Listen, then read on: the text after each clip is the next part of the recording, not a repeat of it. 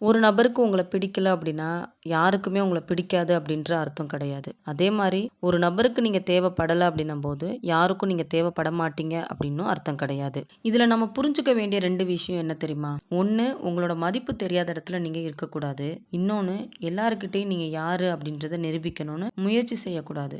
ஏன்னா, தேவைன்னா தேடுறதும், தேவை முடிஞ்சுச்சுன்னா விலகி போறதும் தான் மனித இனத்தோட அடையாளமாவே மாறிக்கிட்டு இருக்குது. அதனால மத்தவங்க உங்கள எடை போடுறத வச்சு உங்கள நீங்களே தாழ்த்திக்காதீங்க.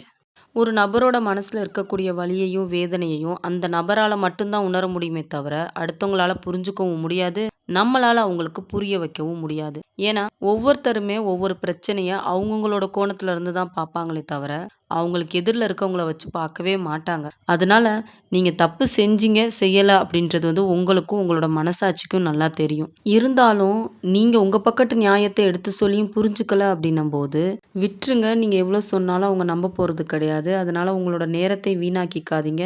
உங்களோட மனசுல இருக்கக்கூடிய காயத்தை மென்மேலும் புண்ணாக்கிக்காதீங்க. நம்ம மேல உண்மையா அன்பு வச்சிருக்க ஒரு நபர் நம்மகிட்ட தப்பு இருந்துச்சு அப்படின்னா கோவப்படுவாங்க, திட்டுவாங்க, ஏன் பேசாம கூட இருப்பாங்க. ஆனா யாருக்கிட்டயும் எதுக்காகவும் நம்மள விட்டு குடுத்து மட்டும் பேசவே மாட்டாங்க. ஒருத்தருக்கு ஒருத்தர் பக்கத்துல இருக்கிறது தான் உண்மையான அன்பு அப்படின்றதெல்லாம் கிடையாதுங்க. தூரத்திலேயே இருந்தாலுமே கூட, பிரிஞ்சே இருந்தாலுமே கூட, நமக்காக நிக்கிறது தான் நிஜமான அன்பு.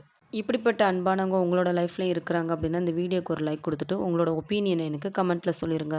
லைஃப்ல நம்ம தெரிஞ்சுக்க வேண்டிய 2 முக்கியமான விஷயம். 1 நம்மள சுத்தி இருக்கிறவங்க எவ்வளோதான் நம்மள மட்டம் தட்டினாலும், நம்மளால செஞ்சு முடிக்க முடியும் அப்படின்ற தைரியமும், தன்னம்பிக்கையும் நமக்குள்ள இருந்துச்சுன்னா, எவ்வளோ பெரிய விஷயமா இருந்தாலும், அத ரொம்ப சுலபமா நம்ம செஞ்சு முடிச்சிடலாம். 2 அதே மாரி ஒரு செயல மத்தவங்கள நம்பி ஆரம்பிக்காம, உங்க மேல நம்பிக்கை வச்சு, உங்கள நம்பி நீங்க செய்ய ஆரம்பிச்சீங்க அப்படின்னும்போது, அது கஷ்டமான விஷயமா இருந்தாலும் கூட, நீங்க செய்ய செய்ய அதில இருக்கக்கூடிய நெளிவு சுளிவெல்லாம் நீங்களே கத்துக்கிட்டு, நீங்க 4 பேத்துக்கு சொல்லிக் குடுக்கக்கூடிய அளவுக்கு உங்களுக்கு ஒரு தெளிவு கிடைச்சிரும்.